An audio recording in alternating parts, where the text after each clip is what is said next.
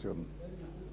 That pursuant to the provisions of Article 152(2) of the Constitution and Sections 3 and 8 of the Public Appointments Parliamentary Approval Act 2011, this House approves the appointment of the Honorable Peninah Malonza OGW as the Cabinet Secretary for Tourism, Wildlife and Heritage. I will now put the question, which is that pursuant to the provisions of Articles 152(2) of the Constitution and Sections 3 and 8 of the Public Appointments Parliamentary Approval Act 2011, this House approves the appointment of the Honorable Peninah Malonza OGW as the Cabinet Secretary for Tourism, Wildlife and Heritage.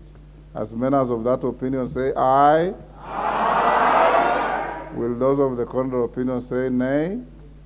The ayes have it.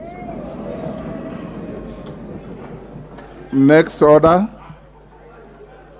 Will now, honorable members, go back to the motion of the member for Lurambi, the Honorable Titus Hamala. You